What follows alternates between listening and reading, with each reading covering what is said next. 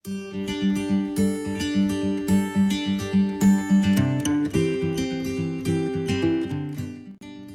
ini saya akan menjelaskan tentang penyusunan siklus akuntansi pada perusahaan jasa. Kompetensi dasar kita hari ini adalah yang pertama, menganalisis penyusunan siklus akuntansi pada perusahaan jasa. Dengan indikatornya, yang pertama adalah menganalisis karakteristik perusahaan jasa, kemudian menganalisis bukti transaksi, yang ketiga adalah menganalisis mekanisme posisi debit dan kredit tiap akun perusahaan jasa. Kompetensi dasar 4.3-nya adalah membuat laporan keuangan pada perusahaan jasa. Dengan IPK, membuat laporan keuangan pada perusahaan jasa. Tujuan pembelajaran kita hari ini adalah setelah mengikuti kegiatan pembelajaran melalui pendekatan STEAM dengan model pembelajaran Problem Based Learning, peserta didik dapat menganalisis karakteristik perusahaan jasa, menganalisis bukti transaksi, menganalisis mekanisme posisi debit dan kredit tiap akun perusahaan jasa, serta mampu membuat laporan keuangan pada perusahaan jasa dengan penuh tanggung jawab, bekerja keras, toleransi, bekerja sama, dan sesuai dengan ajaran agama yang dianutnya. Materi pembelajaran kita hari ini adalah penyusunan siklus akuntansi pada perusahaan jasa dengan materi pertama, karakteristik perusahaan jasa. Materi kedua adalah bukti transaksi. Yang ketiga adalah aturan debit, kredit, dan aturan saldo normal. Perhatikan gambar berikut. Coba diskusikan karakteristik dari ketiga perusahaan berikut. Analisis yang mana merupakan karakteristik perusahaan jasa yang akan kita pelajari hari ini. Dalam gambar, Anda bisa melihat ada perusahaan jasa, ada perusahaan dagang, dan perusahaan manufaktur.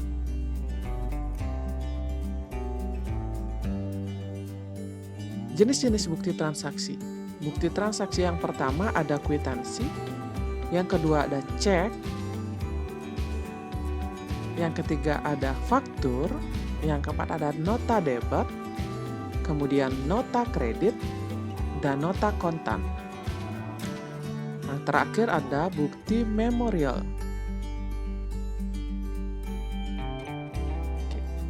Beranjak ke materi berikutnya tentang mekanisme posisi debit dan kredit. Definisi debit dan kredit. Debit bisa diartikan sebagai kiri, kredit bisa diartikan kanan.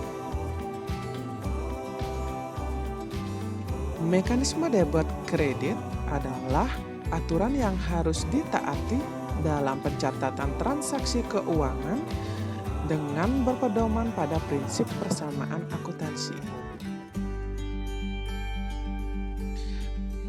Debit dicatat di sisi kiri dan kredit dicatat di sisi kanan karena berpedoman kepada aktiva sama dengan pasiva atau harta sama dengan utang plus modal.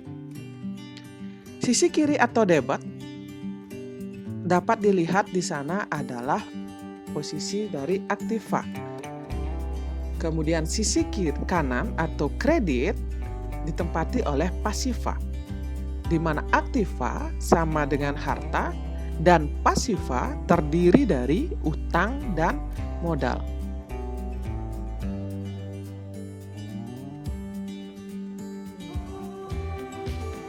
Pada tabel di atas bisa kita lihat mekanisme posisi debit dan kredit dari 3 akun real. Akun real yang pertama adalah harta. Ketika harta bertambah, maka dia diletakkan di debit. Ketika harta berkurang, dia diletakkan di kredit. Ketika utang bertambah, dia akan diletakkan di kredit, dan ketika utang berkurang, dia akan diletakkan di posisi debit. Untuk modal sendiri, bila dia bertambah, dia akan diletakkan di sisi kredit, dan bila dia berkurang akan diletakkan di sisi debit. Logika matematika posisi debit dan kredit. Jika harta kita pindah ke sisi kanan atau kredit, jika harta kita pindah ke sisi kanan atau kredit, maka dapat dilihat pada ilustrasi di depan, aktiva sama dengan pasiva. Harta sama dengan utang plus modal. Bila harta berpindah ke sisi kredit atau sisi kanan, maka 0 sama dengan utang plus modal dikurangi harta. Jika utang dan modal dipindah ke sisi kiri, maka yang terjadi adalah aktiva sama dengan pasiva, harta sama dengan utang plus modal. Jadi, jika modal dan utang dipindah ke sisi kiri, maka yang terjadi adalah harta dikurangi utang sama dengan modal. Harta dikurangi modal sama dengan utang. Jika persamaan akuntansi diperluas dengan akun pendapatan dan beban, maka persamaan dasar akuntansi menjadi aktiva sama dengan pasiva, atau dengan kata lain, aktiva sama dengan utang plus modal plus pendapatan dikurangi dengan beban.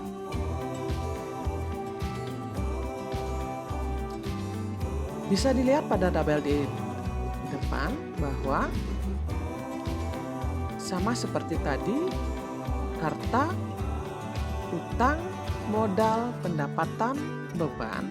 Untuk harta sendiri, saldo normalnya adalah debit. Dia bertambah di sisi debit dan berkurang di sisi kredit.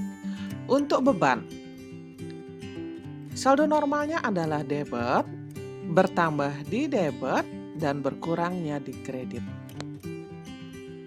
Liabilitas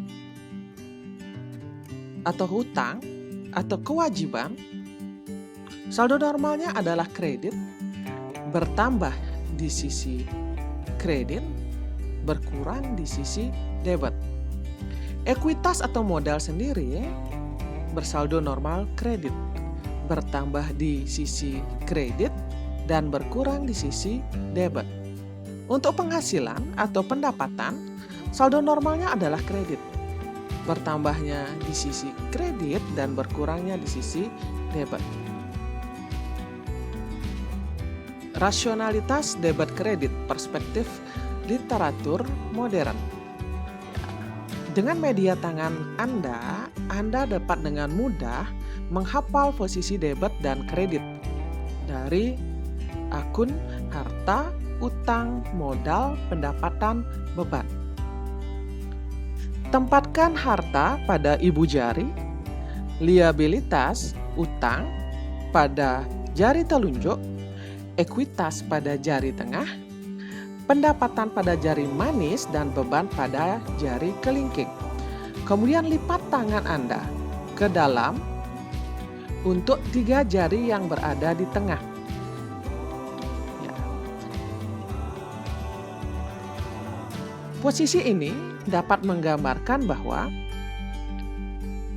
3 jari yang Anda lipat, posisi saldo normalnya adalah kredit. Jadi ketika dia bertambah, dia akan bertambah di kredit, dan jika dia berkurang, dia akan berkurang di debit. Untuk tangan yang tidak dilipat, ya, yang masing-masing berada di pojok jari, itu adalah bila dia bertambah, dia akan bertambah di posisi debit dan berkurang di sisi kredit. Dengan saldo normalnya adalah debit.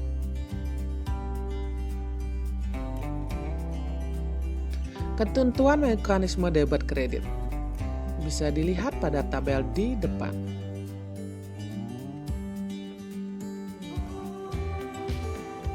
Ketentuan mekanisme debit dan kredit bisa dilihat pada tabel di depan. Aset atau harta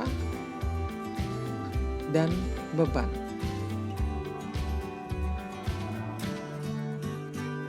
Terjadi transaksi apabila untuk apa penggunaan dana, kemudian ada kas yang berkurang. Untuk posisi kredit, ada utang, kewajiban, liabilitas, modal, dan pendapatan.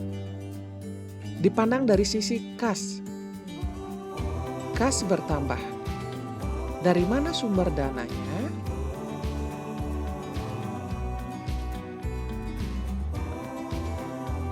Posisi debit dan posisi kredit pasti seimbang. Tidak mungkin tidak seimbang, sisi kanan dan kiri pasti seimbang. Contoh transaksi 1. Analisis transaksi. Informasi transaksi. Penerimaan uang tunai sebagai setoran modal sebesar 10 juta rupiah. Analisis pertama, entitas yang terlibat PT Adil dan pemilik perusahaan. Yang kedua, aset berupa kas bertambah 10 juta rupiah dan ekuitas atau modal saham bertambah 10 juta rupiah. Contoh penyajian.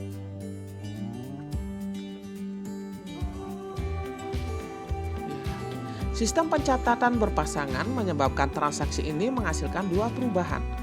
Dua perubahan tersebut adalah kenaikan yang elemen persamaan dasar akuntansi yang berbeda, yaitu aset dan ekuitas. Aset bertambah dicatat di sisi debit dan ekuitas bertambah dicatat di sisi kredit. Contoh analisis transaksi kedua. PT Adil menerima kas Rp1.500.000 sebagai pelunasan dari transaksi pendapatan secara kredit tanggal 5 Januari. Transaksi pendapatan tersebut dicatat secara benar pada tanggal 5 Januari. Analisisnya, entitas yang terlibat PT Adil dan pelanggan sebagai debitur, pihak yang berutang dalam transaksi penjualan kredit. Aset, kas, bertambah Rp1.500.000, elemen aset lainnya, piutang usaha, berkurang Rp1.500.000. Maka bisa dicatat seperti ini. Dua perubahan yang terjadi adalah kenaikan untuk elemen persamaan dasar akuntansi yang sama, itu pada aset. Aset bertambah dicatat di sisi debit dan aset berkurang, aset lainnya berkurang, dicatat di sisi kredit. Contoh analisis transaksi yang ketiga. PT Adil membayar beban listrik sebesar Rp4 juta untuk pemakaian di bulan yang sama. Analisis transaksinya adalah entitas yang terlibat PT Adil dan pihak rekanan yang menyediakan jasa listrik. Aset yang kedua, aset berupa kas berkurang sebesar Rp4 juta dan elemen beban listrik bertambah sebesar Rp4 juta. Dua perubahan yang terjadi adalah kenaikan untuk elemen beban dan penurunan elemen aset. Beban bertambah dicatat di sisi debit dan aset berkurang dicatat di sisi kredit.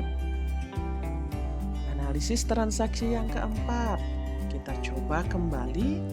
PT Adil membeli secara kredit bahan habis pakai senilai Rp1 juta. Bahan habis pakai tersebut akan digunakan di masa datang. Analisis yang pertama, entitas yang terlibat adalah PT Adil dan pihak rekanan. Kemudian yang kedua, ada aset bertambah sebesar 1 juta dan elemen utang bertambah sebesar 1 juta. Dapat dilihat pada chart posisi debit dan posisi kreditnya. Dua perubahan yang terjadi adalah kenaikan untuk elemen aset dan kenaikan elemen liabilitas. Yang kedua, aset bertambah dicatat di sisi debit dan liabilitas bertambah dicatat di sisi kredit. Evaluasi. Evaluasi nanti bisa dikerjakan di dalam buku latihan kalian secara mandiri dan kemudian dikumpulkan